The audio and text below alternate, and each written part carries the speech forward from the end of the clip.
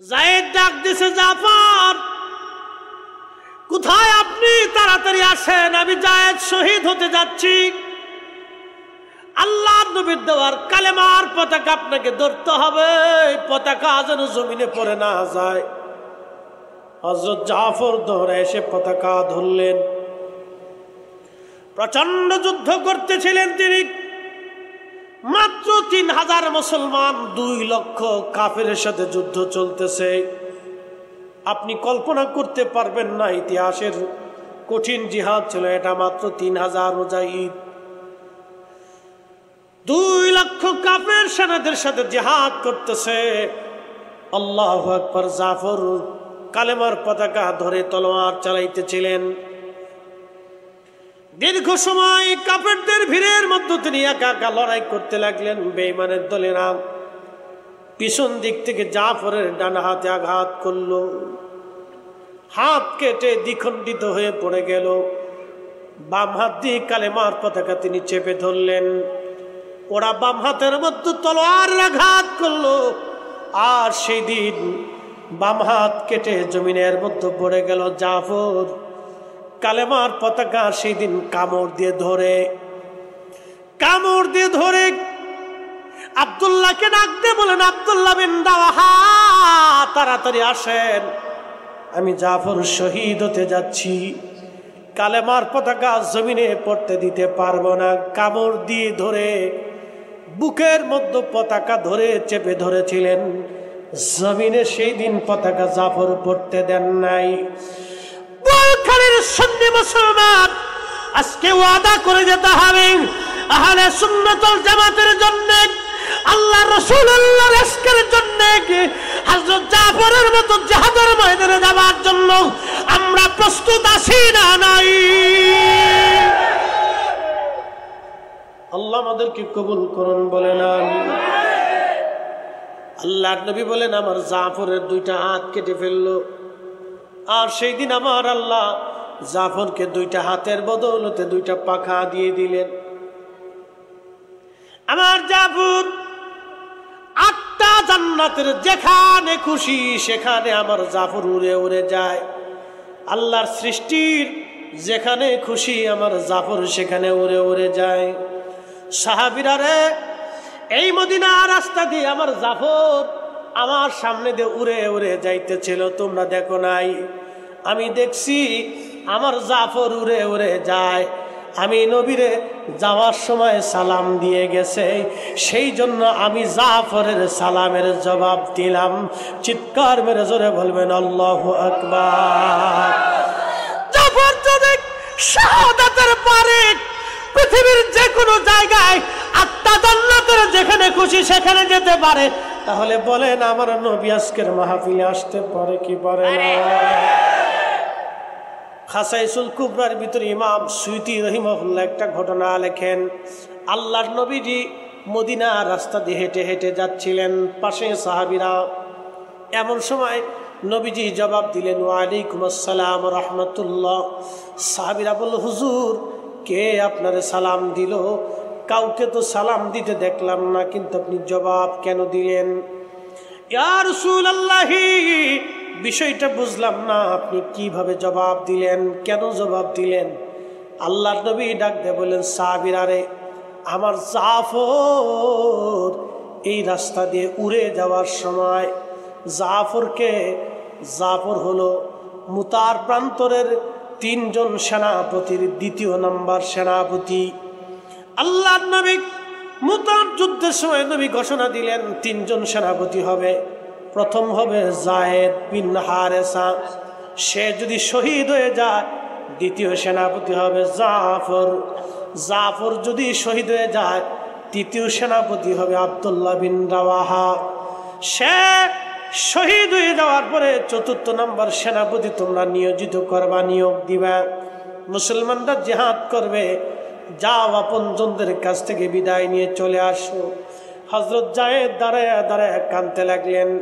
আল্লাহর নবী ডাক দেয়া বলেন, যায়েদ রে, কি জন্য তুমি কাঁদো? বলে, হুজুর আমি কার কাছ থেকে বিদায় নেব গো নবী? আমি আপনার বাড়িতে লালিত পালিত হয়েছি। ছোট্টকালে আপনি নবীর কদম থেকে আজ পর্যন্ত বড় হয়েছি ইয়া রাসূলুল্লাহ। সন্তানের স্নেহে আপনি বড় করেছেন, পিতার তুল্য করে আপনি আমাকে আদর করেছেন। হুজুর, আমার মা এবং বাবা দুইজন এসেছিল আমাকে নিয়ে যাওয়ার জন্য।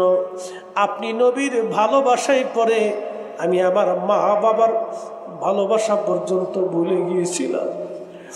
ইয়া রাসূলুল্লাহ, আজকের বিদায়টা আপনি দিবেন, আমি অন্য কোথাও থেকে বিদায় নেব না। হুজুর, বিদায়টা আপনি আমারে দিয়ে দেন। হযরতে জাফরকে নবীজি, জায়েদকে নবীজি বললেন, জায়েদ যাও, বিদায় দিলাম। জড়িয়ে ধরলেন, চুমু খাইলেন, আদর করলেন। জায়েদ বলতেছে, হুজুর আপনি আমারে শহীদ শহীদ শহীদ বলে ঘোষণা দিয়েছেন। ইয়া রাসূলুল্লাহ, শহীদ বলে ঘোষণার জন্য আমি বুঝেছি আমি আর কোনোদিন গাজী হয়ে মদিনায় ফিরে আসব না। ওই ময়দানে শাহাদাতের আমিও সুধা পান করার জন্য ওই ময়দানে আমি চলে যাচ্ছি। হুজুর, দুনিয়াতে আর দেখা হবে না, পরে দেখা হবে। হযরত জায়েদ চলে গেলেন। হযরত জাফর রাদিয়াল্লাহু আনহু ছিলেন হযরত আলী রাদিয়াল্লাহু আনহুর আপন ভাই। হযরত জাফর বাড়ি চলে গেলেন। দুইটা সন্তান ছিল জাফরের। স্ত্রীর কাছে যায় বলেন, বিবিরে শুনছো, আল্লাহর নবী মুতার প্রান্তরের আমাকে সেনাপতি নিয়োগ করেছেন। প্রথম সেনাপতি জায়েদ শহীদ হলে আমি শহীদ হলে আব্দুল্লাহ বিন রাওয়াহা, সে শহীদ হলে মুসলমানরা সেনাপতি বানাবে। বিবিরে বিদায় নেওয়ার জন্য আসছি, দুনিয়াতে আর কোনোদিন দেখা হবে না। কারণ আল্লাহর নবীর পবিত্র জবান থেকে আমার ব্যাপারে ঘোষণা আসছে আমি শহীদ হয়ে যাব। বিবি, আমি জানি নবীজি যেটা বলেছে এটাই হবে, আমি শহীদ, গাজী হয়ে আসার আর সুযোগ নাই। চিন্তা করেন সাহাবীরা আল্লাহর নবীর জবানের কথাকে কেমনে পালন করতেন, কেমনে তারা বিশ্বাস করতেন।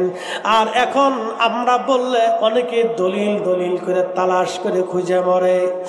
আল্লাহর রাসূলের কোন শানের বিরুদ্ধে যাইয়া দলিল যারা খুঁজে, এরার মতো বুকা আর অপদার্থ এই জমিনে আর কেউ হতে পারে না। কথা বলেন ঠিক কিনা? খুব মনোযোগ দিয়ে হাজিরিন, গোয়ালখালীবাসী, যেই দিকে যাচ্ছিলাম ফিরে চলে যাই সেই দিকে হযরত জাফর রাদিয়াল্লাহু আনহু বিবিরে ডাক দেয়, বিবিরে বিদায় দাও। জাফর ডাক দিয়ে বলতেছে, বিবি বিদায় দাও। বিবি বলল, স্বামী একটু দাঁড়ান, আমি ওযু করব, 2 রাকাত নামাজ পড়ে একটু দোয়া করব। আল্লাহর কোরআন বলতেছে, ইয়া আইয়ুহাল্লাযীনা আমানুস্তাঈনু বিস-সাবরি ওয়াস-সালাহ।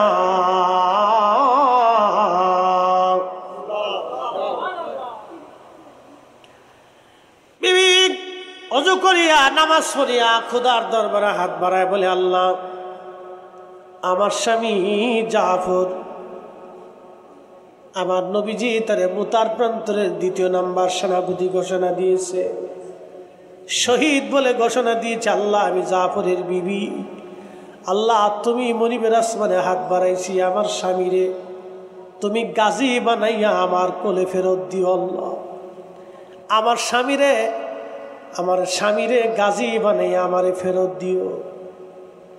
আমার স্বামীরে গাজী বানাইয়া আমার কাছে ফেরত পাঠাইও। আল্লাহ, জাফরের কোষের মধ্যে তলোয়ার ছিল, টেনে বের করলেন।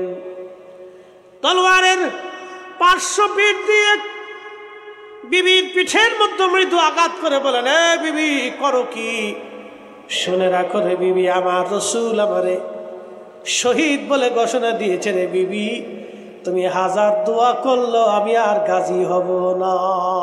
আল্লাহু আকবার! নারে হাত উঁচু করে বলেন আল্লাহু আকবার! নবী মানলে এইভাবে মানতে হবে। কথা বলেন ঠিক না বেঠিক?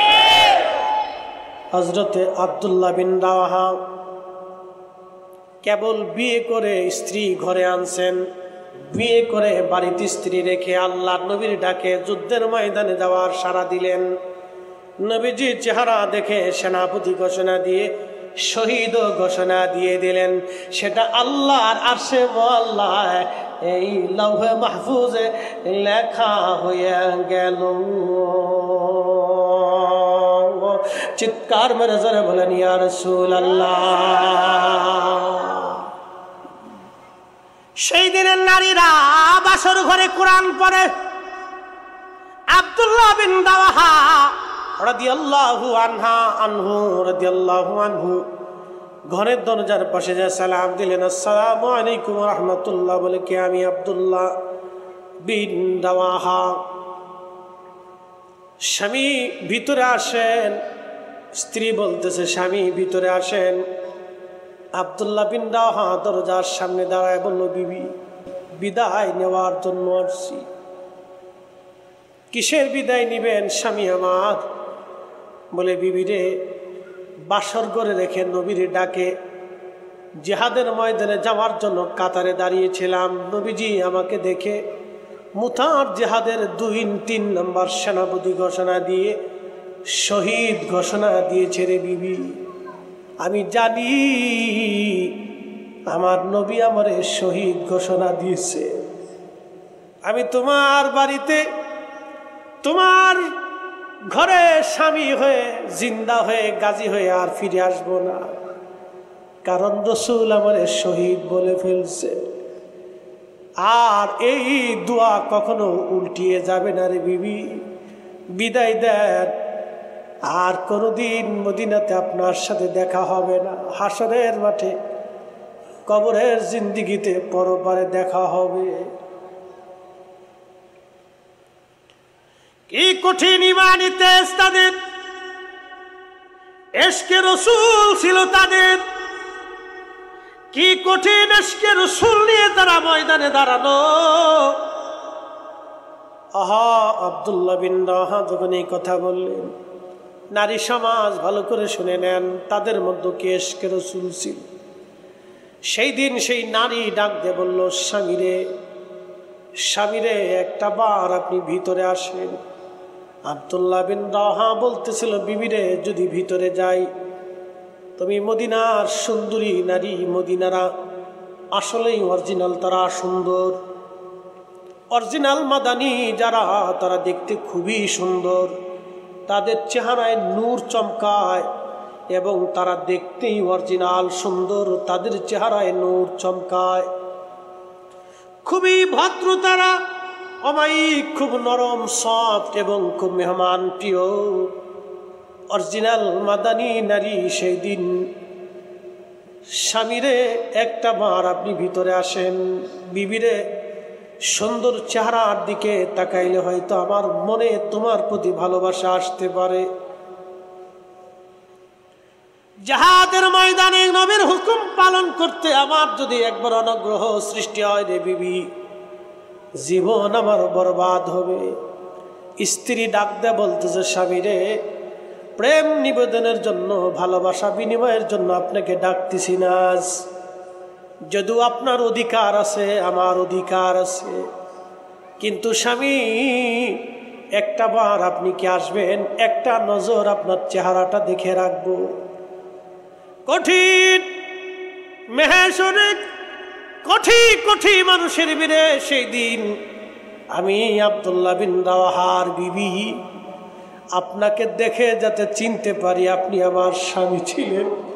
মুতার প্রান্তরে 3 নম্বর সেনাপতি নবী কর্তৃক ঘোষিত শহীদ ছিলেন আপনি।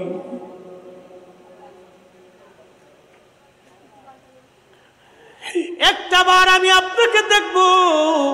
আব্দুল্লাহ বিন রাওয়াহা বলল, না রে বিবি, চললাম, সুযোগ নাই। রওনা হয়ে গেলেন তিনি। যুদ্ধের ময়দানে 3 দিন তিনি ক্ষুধার্ত ছিলেন, খাবার ছিল না, না খেয়ে যুদ্ধ করতেছেন। 3 দিন পার হইছে।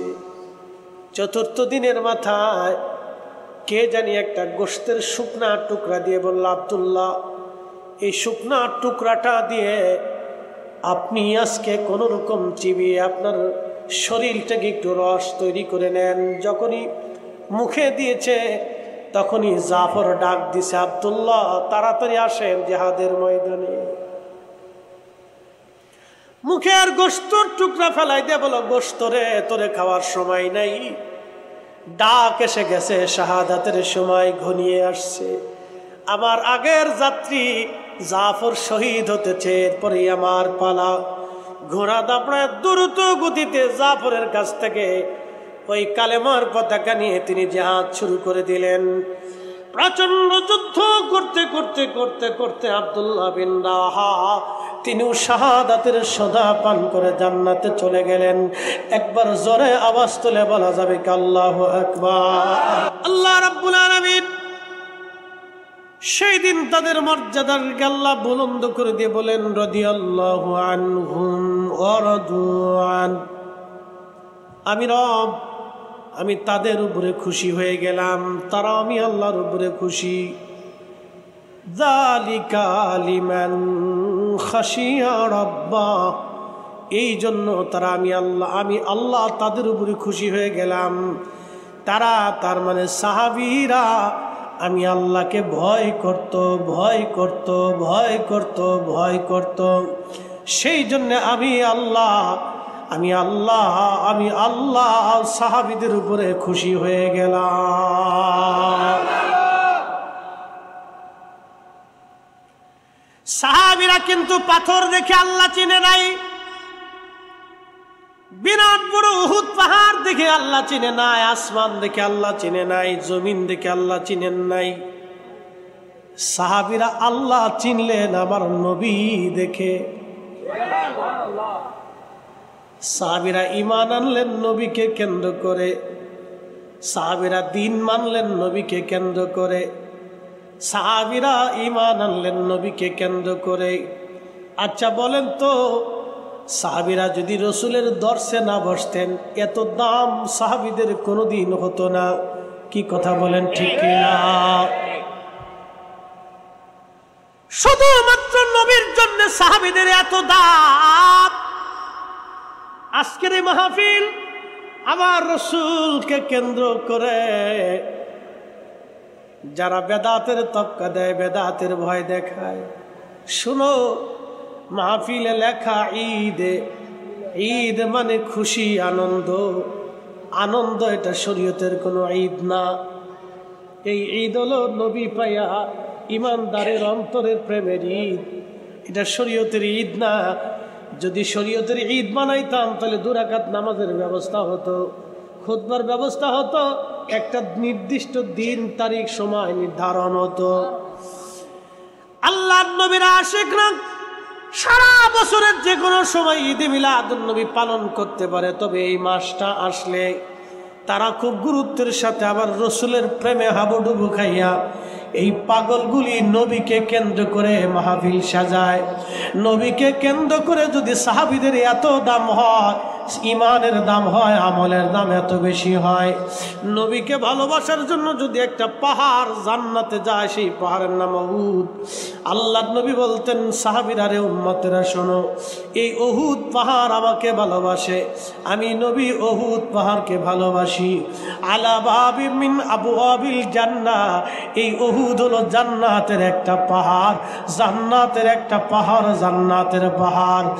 আরে নবীকে কেন্দ্র করে ভালোবাসার জন্য যদি একটা পাহাড় জান্নাতে চলে যেতে পারে, একটা উট যদি জান্নাতে চলে যেতে পারে, একটা খেজুর গাছের কাষ্ঠ উস্তুনে হান্নানা যদি জান্নাতে চলে যেতে পারে, আমরা মিলাদুন নবীর মাহফিল সাজাইয়া আল্লাহর নবীর ভালোবাসার নিদর্শন দেখাইয়া আল্লাহর নবীর ময়দানে গাহেসরে নবীর কদমে সুপারিশের আশা করতে পারি। কথা বলেন ঠিক কিনা?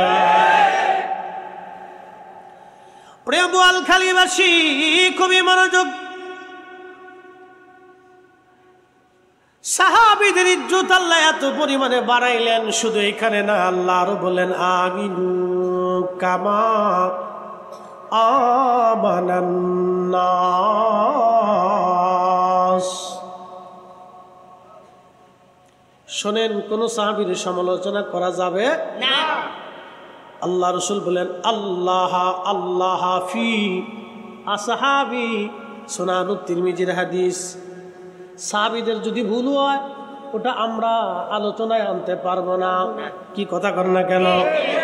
সাহাবীদের যদি কোথাও খাতা হয় সেটা আমরা আলোচনায় আনতে পারবো না, কারণ ওই এলেম, ওই অধিকার আমাদের আল্লাহ দেয় নাই, আল্লাহর নবী দেন নাই, আল্লাহর নবী দেন নাই, আল্লাহর নবী দেন নাই। সাবধান, বুজুর্গানে দিন, আইম্মা ইকরাম, আল্লাহর ওলিদের যদি কোনো খাতা হয় ওইটা ধৈর্যা ধৈর্যা তাদের সমালোচনা করা আল্লাহ আমাদেরকে আইন দেয় নাই। কি কথা কর না কেন? আল্লাহ বলেন, নবীজি বলেন, আল্লাহ আল্লাহ ফি আসহাবি, ও আমার উম্মত তোমরা আল্লাহকে ভয় করো, আল্লাহকে ভয় করো আমার সাহাবীদের ব্যাপারে। আমার যারা সঙ্গী, আমি নবীর যারা সাহাবী ছিল, সাথী ছিল, আমার ডানে বামে পিছনে থেকে থেকে যারা দিন কায়েম করার জন্য লড়াই করেছে, বাড়ি ঘর ছেড়ে দিয়েছে, সন্তানের মায়া তারা ছেড়ে দিয়েছে, স্ত্রীর ভালোবাসা তারা ছেড়ে দিয়েছে, দুনিয়ার মোহ সম্পদের প্রাচুর্য তারা ছেড়ে দিয়েছে, বাদশাগিরি, রাজাগিরি, আমিরগিরি তারা ছেড়ে দিয়েছে, দুনিয়ার দামি দামি খাবারগুলি তারা ছেড়ে দিয়েছে, বাড়িঘর জমি জমা সব বিক্রি করে দিয়েছে, এমনকি নিজের জীবনের সবচেয়ে প্রিয় বস্তু নিজের জীবনটা কোরবানি করার জন্যে শত্রুর সামনাসামনি দাঁড়াইয়া, অস্ত্রের সামনে তারা দাঁড়ায়া দাঁড়ায়া জিহাদ করে করে আমি নবীর পিছনে থেকে থেকে তারা দিন কায়েম করেছে। আমার সাহাবীদের ব্যাপারে আমার উম্মত তোমরা আল্লাহকে ভয় করো, আল্লাহকে ভয় করো।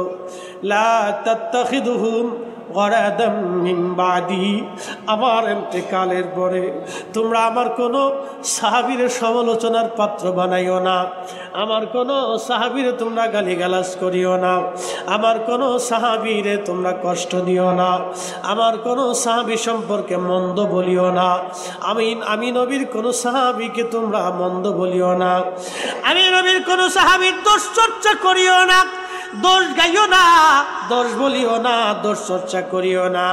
লা তাত্তাখিদুহুম গরাদাম মিন বাদি ফামান আহাব্বাহুম ফাবিহুব্বি আহাব্বাহুম ওয়া মান আবগাদাহুম ফাবিবুগদি আবগাদাহুম। আমার উম্মতেরা রে, আমার পরে আমি নবীর কোন সাহাবীকে যদি ভালোবাসো তাহলে আমি নবীকে ভালোবাসা হবে, আর আমি নবীর ইন্তেকালের পরে কোনো সাহাবীকে যদি কষ্ট দাও, গালি দাও, সমালোচনা করো রে উম্মত, তাহলে আমি নবীর সমালোচনা করা হবে, গালি দেওয়া হবে, আমি নবীর কষ্ট দেওয়া হবে। চিৎকার মেরে জোরে বলেন না মারহাবা। এমন একজন মহামানবের নাম, এমন একজন মহামানবের নাম, এমন একজন ইজ্জত আলার নাম, তিনি অন্য কেউ না। আল্লাহর কোরআন বলতেছে, ওয়ামা আরসালনাকা ইল্লা রাহমাতাল লিল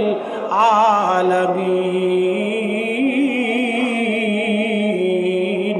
চিৎকার মেরে জোরে বলেন মারহাবা। ত্রিভুবনের প্রিয় মুহাম্মদ এলো রে দুনিয়া,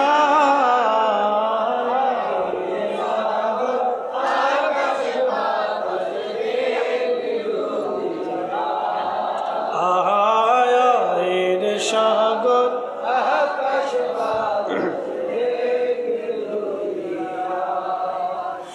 ধুলির ধরা বেহেশত আজ, ঠিক কিনা? ধুলির ধরা বেহেশত আজ জয় করিল দিল রে লাজ, আজকে খুশির দল নেমেছে ধূসর সাহারা, আয় রে সাগর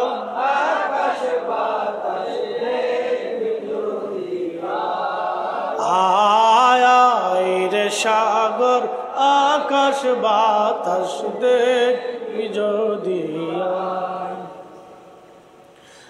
বন্ধুগণ, সাহাবীদের দাম এত আল্লাহ দিলেন, এরপর আল্লাহ বলেন আমিনু কামা আমানান নাস। আল্লাহর কোরআন বলতেছে, আমার বান্দা তোমরা ঈমান আনো, ঈমান আনো ওই রকম ভাবে ঈমান আনো কামা আমানান নাস।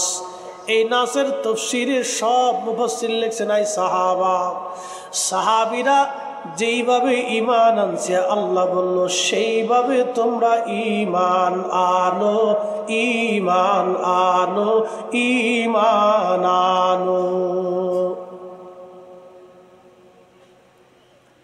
বোয়ালখালীবাসী সাহাবীরা যেভাবে ঈমান আনছে কোরআন বলতেছে সেইভাবে ঈমান আনো। ক্বালু আনুমিনু কামা আমানাস সুফাহা। সেই দিন মুনাফিক আর বেঈমান কাফিররা ডাক দিয়ে বলল, আমরা কি নির্বোধদের মতো ঈমান আনবো? বুকাদের মতো আমরা কি ঈমান আনবো? সাহাবীদেরকে বুকা বলেছিল, নির্বোধ বলেছিল।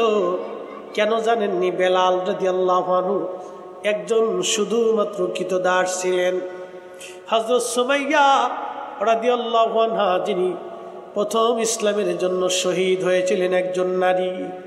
এই মহিয়সী নারী শহীদ, আল্লাহু আকবার, তিনি কৃতদাস ছিলেন, খুবই দরিদ্র, পীড়িত, অভাবী ছিলেন।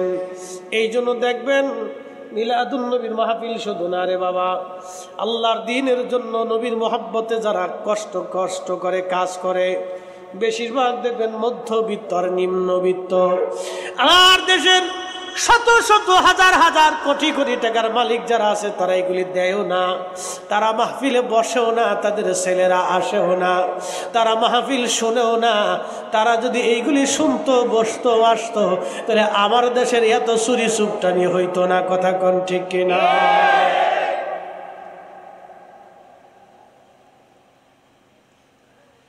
আসলে ওয়াজ শোনার দরকার ধনীদেরকে, ওয়াজ শোনার দরকার ডিসি সাহেবের, এসপি সাহেবের, ওসি সাহেবের, ওয়াজ শোনার দরকার টিএনও সাহেবের, ওয়াজ শোনার দরকার সকল সরকারি কর্মচারী কর্মকর্তা, সব ইউনিভার্সিটি, সব বিশ্ববিদ্যালয়, সব কলেজ ভার্সিটি, সব শিক্ষা প্রতিষ্ঠান, সব সরকারি বেসরকারি প্রতিষ্ঠানগুলি যারা রাষ্ট্র চালায় তাদেরকে ওয়াজের মজলিসে বসার দরকার। উলামায়ে কেরামের কাছ থেকে তাদের ওয়াজ শোনার দরকার। তারা যদি এই মজলিসে আসতো, মজলিস সাজাইতো, মজলিসে বসতো, ওয়াজ শুনতো, তাহলে তাদের দিল মন পরিবর্তন হতো।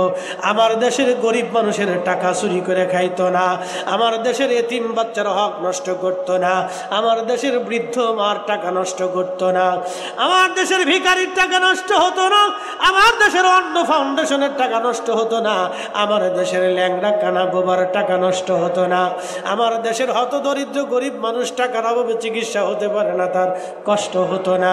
তারা এইগুলি মেরে মেরে মেরে মেরে কেড়ে কেড়ে খাইতো না। তারা গরিবের জিনিস, গরিবের হক তারা বুঝাই দিত, আমাদের হকগুলি তারা ঠিক ঠিক মতো বুঝাই দিত। এই জন্যই তাদের ওয়াজ শোনার দরকার, ওয়াজ করার দরকার। কথা কোন ঠিক কিনা?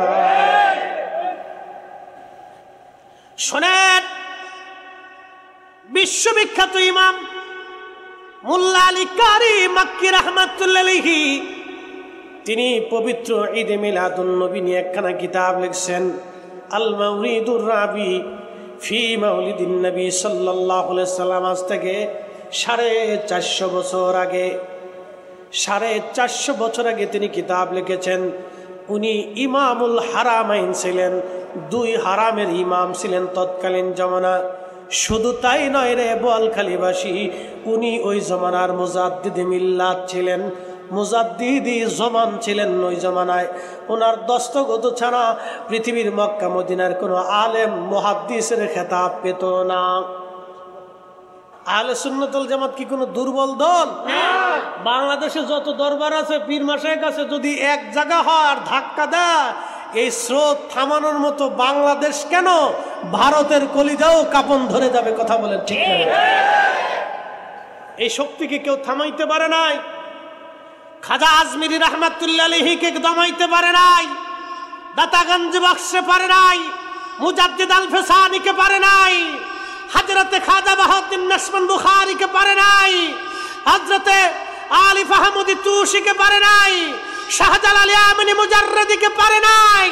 এটা এমন এক শক্তি, এটা এমন একটা পাওয়ার, এটা এমন একটা সিংহ, যদি একবার জেগে যায় তাহলে বাতিল পালানোর রাস্তা খুঁজে পাবে না। কথা বলেন ঠিক না? প্রিয় সুন্নি মুসলমান, আমরা ওলিদেরকে ভালোবাসি। কিয়ামত পর্যন্ত এই জমিনে মাজার থাকবে, জিয়ারত থাকবে, কিন্তু সেটা সুন্নত তরিকায়। কি কথা কোন ঠিক কিনা? কিয়ামত পর্যন্ত ওলিরা থাকবে। বদর, শাওলিয়া, বারাউলিয়া, 360 আউলিয়া, শুভ্র সিদ্ধ পীর মাশায়েখ, কাদরিয়া, চিশতিয়া, নকশবন্দিয়া, মুজাদ্দিদিয়া, হানাফি, শাফি, মালিকি, হাম্বলি, যত বড় বড় উলামা একরাম, পীর মাশায়েখ, আহা আল্লাহর ওলিরা জমিনে দ্বীন প্রতিষ্ঠিত করেছেন, তাদের মাজার থাকবে, জিয়ারত চলতে থাকবে, জিয়ারত চলবে, মাজারও চলবে। কিন্তু কোন মাজারে আমরা জটলা পটলা আগলা ফাগলা গানজুটি হিরোইনছি। আপনি জানেন না, আমার ঢাকার হাসনাবাদে একটা মাজার আছে। হায় হায় হায়, এই এলাকার প্রভাবশালী লোকেরা এই মাজার নিয়ে ব্যবসা করে খায়। ওই প্রত্যেক বছরের অনুষ্ঠানে শত শত শত শত এই কোটি কোটি টাকার গাজার ব্যবসা হয়, আর মনের পর মন কেজি কেজি গাজা বেচা হয়। আর এই মাজারের ভিতরে কবর শরীফের পাশে তারা মহিলা নাচানাচি করে। এই কবরের পাশে এইগুলি বেহায়াপনা আমরা করতে দিতে পারি না। কথা কোন ঠিক কিনা? ইমাম বুখারীর মাজার আছে, ইমাম মুসলিমের মাজার আছে, ইমাম আবু হানিফার মাজার আছে, হুজুর গাউসে পাকের মাজার আছে, মুজাদ্দিদ আল ফুসানি সিরহিন্দির মাজার আছে, খাজা বাবা আজমিরির মাজার আছে, শাহজালাল আমনি মুজাদ্দিদের মাজার আছে। বড় বড় ওলি উলামা আলেম ফুদালা ফুজালা নুজাবা নুকবা আখির আব্দুল সবার মাজার আছে, সবার মাজার আছে। কিয়ামত পর্যন্ত তাদের মাজার থাকবে। যদি তাদের মাজার না থাকে মুসলমান জিয়ারত করতে পারবে না, তাদের ইতিহাস ঐতিহ্য জীবনী মুসলমান জানবে না। কারণ আউলিয়া ইকরামের ইতিহাসের মাধ্যমে আমাদের আগামীর অনুপ্রেরণা আসে। কথা বলেন ঠিক না বেঠে? তাদের সম্মান আল্লাহ দিয়েছেন, সাহাবীদের মর্যাদা আল্লাহর কোরআন আল্লাহ দিয়েছেন। এইভাবে সেই দিন গরিব গরিব সাহাবীরা আল্লাহর নবীকে মেনে নিল। ইয়াসার রাদিয়াল্লাহু আনহু গরিব মানুষ মেনে নিলেন। অত্যাচার শুরু হয়ে গেল তাদের উপরে। নবীজির দরিদ্র দরিদ্র সাহাবীরা সেই দিন দিন মেনে নিল। লেখাপড়া ছিল না বিধায় কাফেররা বলে ফেললো, আহা কাফেররা সেই দিন তারা বলে ফেললো কি জানেননি? ক্বালু আনুমিনু কামা আমানাস সুফাহা, আমরা কি নির্বোধ আর বোকাদের মতো ঈমান আনবো? বোকাদের মতো ঈমান আনবো? সেই দিন আল্লাহর কোরআন আল্লাহ ধমক দিয়ে জবাব দিলেন, আলা সাবধান সাবধান, ও বেয়াদবের দলেরা সাবধান। তোমরা যারা আমার নবীর সাহাবীদেরকে নির্বোধ বলতেছো, বোকা বলতেছো, তোমরা শুনে রাখো, আলা ইন্নাহুম হুমুস সুফাহা, তোমরা যারা আমার নবীর সাহাবীদেরকে নির্বোধ বলতেছো, তোমরাই নির্বোধ, তোমরা বোকা, তোমরা বোকা, তোমরা বোকা, তোমরা বোকা। সাহাবীরা নবীকে কেন্দ্র করার কারণে তারা ঈমান আলা হয়ে গেলেন, দুনিয়ার শ্রেষ্ঠ ব্যক্তি হয়ে গেলেন, আখিরাতের মহান ইজ্জতওয়ালা হয়ে গেলেন, কবরের জগতে তারা মহান ইজ্জতওয়ালা হয়ে গেলেন। আল্লাহ নবীর সোহবতে দর্শে বসে যদি তাদের এত দাম হয়, আজকের মাহফিল ঈদ মিলাদুন নবীর মাহফিল, আমার নবীর আগমনের মাহফিল, এই মাহফিলে বসার কারণে আমার রসুলের কারণে মাহফিলের দাম বেড়ে গেল। আর মাহফিল যারা সাজাইলো তাদেরও দাম বেড়ে গেল, মাহফিলে যারা বসলো তাদেরও দাম বেড়ে গেল, মাহফিল যারা আগে করেছিল তাদেরও দাম বাড়লো, আগামীতেও যারা করবে তাদেরও দাম বাড়বে। ওই বেদাতের ফতোয়া মানার টাইম আমাদের না।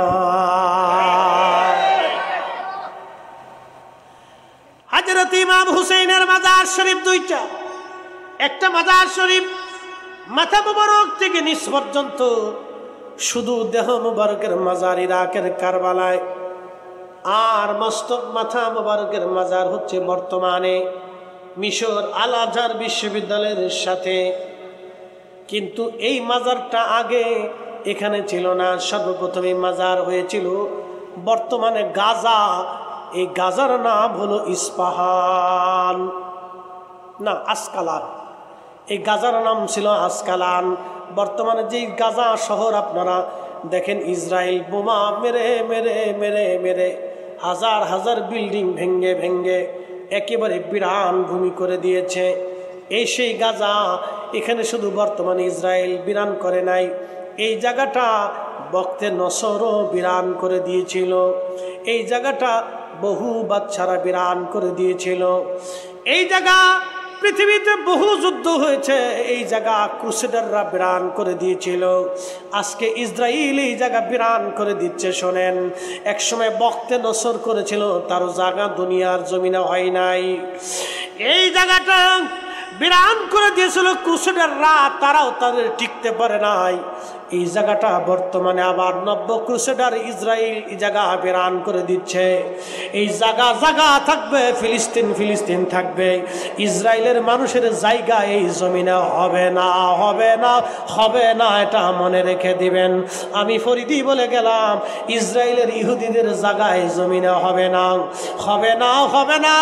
আমেরিকা কোটি কোটি কোটি কোটি বিলিয়ন কোটি টাকার অস্ত্র ইসরায়েলকে দিতে পারে, কিন্তু আল্লাহর হুকুমে মুসলমানদের বিজয় হবে, তাদের পরাজিত পৃথিবীর সব শক্তি মিলেও করতে পারবে না। চিৎকার মেরে বলবেন আল্লাহু আকবার। শুনে যান বোয়ালখালীবাসী, এই আসকালানে সাইয়্যিদুনা শহীদ কারবালা, সুলতান কারবালা হযরত ইমাম হুসাইন রাদিয়াল্লাহু আনহুর মস্তক মোবারক সমাহিত করা হলো। আমার দিকে তাকাবেন। সমাহিত করার পরে আজকে যারা শিরিক বেদাতের দোহাই দিয়ে মাজার ভাঙতেছে, আমরা তো কোনো মাজার ভাঙার পক্ষপাতী না। আমরা চাই জায়গাটা যদি সংস্কার করার প্রয়োজন, মাথায় যদি উকুন পড়ে মাথা কেটে ফেলে দেওয়ার পক্ষপাতী আমরা না। শরীরে নাপাক লাগলে শরীর কেটে ফেলে দেওয়ার পক্ষপাতী আমরা না। ওই জায়গাটা ধৌত করে পরিষ্কার করার পক্ষপাতী আমরা। যদি কোনো মাজারে শরীয়ত বিরোধী কর্মকাণ্ড হয়, ওটাকে পরিষ্কার করতে হবে, কিন্তু ভেঙ্গে ফেলে দেওয়ার অভিপ্রায় কারো নাই। এই অধিকার আল্লাহ কাউরে দেয় নাই। কথা বলেন ঠিক কিনা?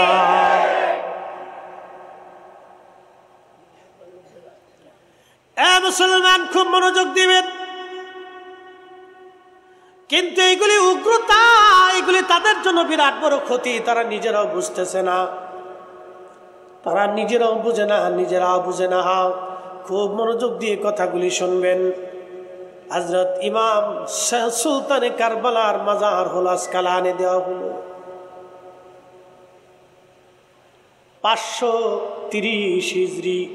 530 হিজরি শুনে রাখেন।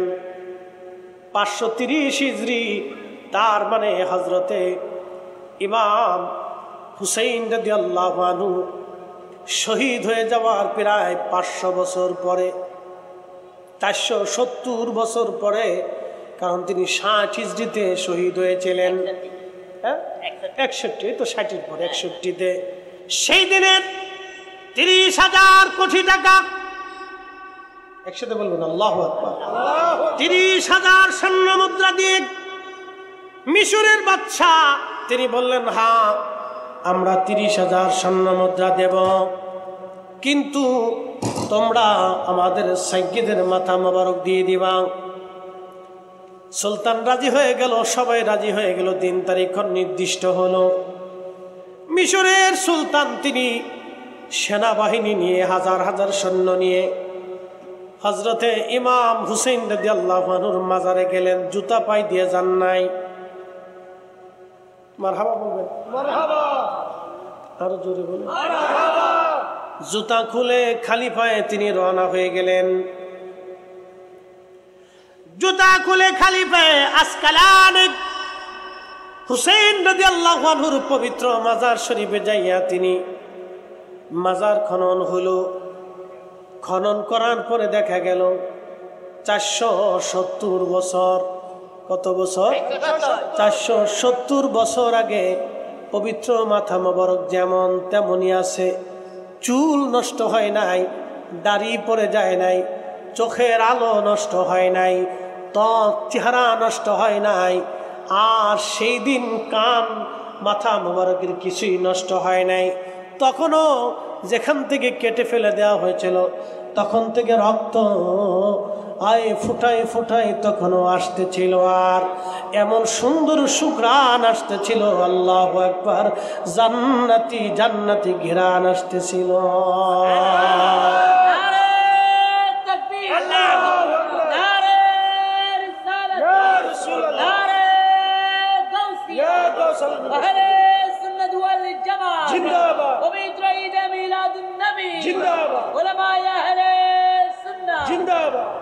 কুরআন শরীফ আল্লাহ বলতেছেন, ওয়ালা তাকুলু লিমান ইয়াকতালু ফি সাবিলিল্লাহি আমওয়াত।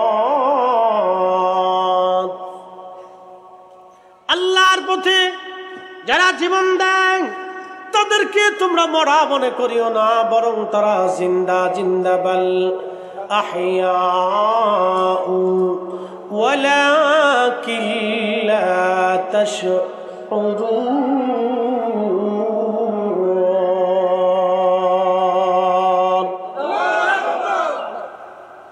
বরং তারা জিন্দা, তোমরা সেটা বুঝো না, অনুধাবন করো না, তারা জিন্দা।